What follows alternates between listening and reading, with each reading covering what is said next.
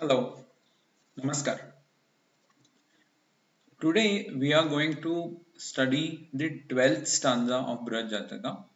This stanza is a little different and not so conventional. So let's see what it has for us today. Here is the stanza, and the stanza says केचित्तु होरां प्रथमां भपस्य वाञ्छति लाभाधिपतेर्द्वितीयाम् द्रेष्काणसंज्ञामपि वर्णयन्ति स्वद्वादशैकादशराशिपानाम्. The meaning is some astrologers consider first half of the sign under its lordship and second half of the sign under the lordship of the 11th sign.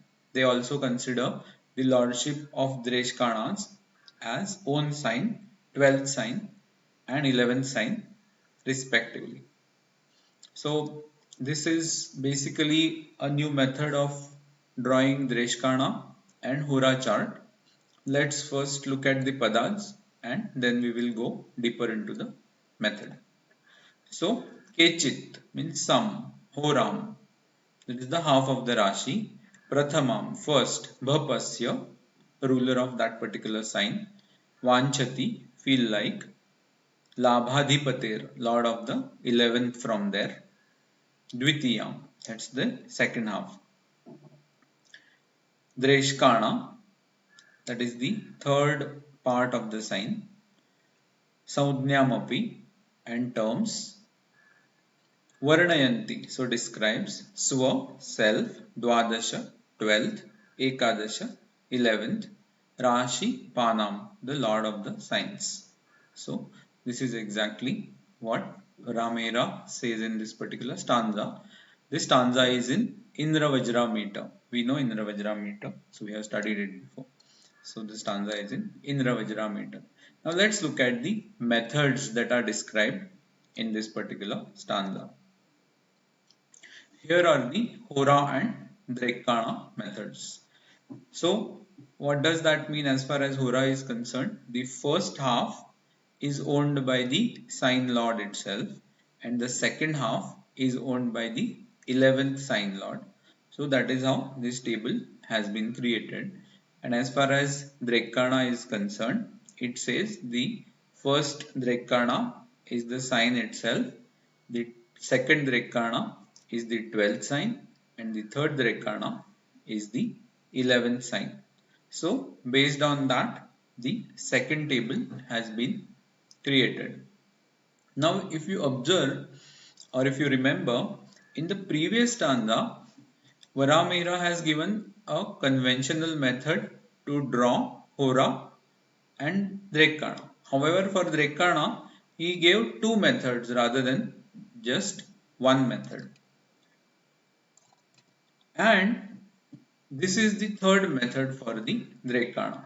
As far as for the Hora, this is the second method.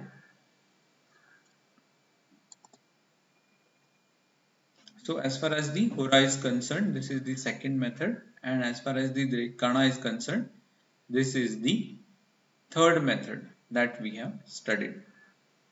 If you remember, the out of all the Shadvargas, the rest of the Shadvargas were explained long before.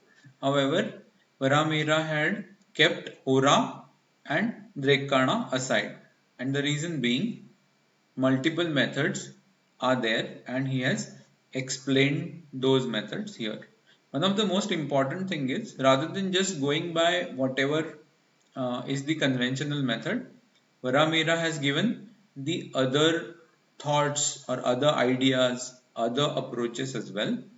And then the question arises about why there are so many methods and why Varamira has explained all the methods.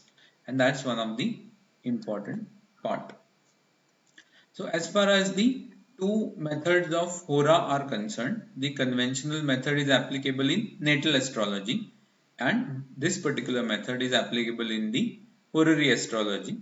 Similarly, as far as the Drekana is concerned, the conventional method, this is what Yavaneshwara or Yavanacharya has also mentioned that the conventional method is applicable in Muhurta.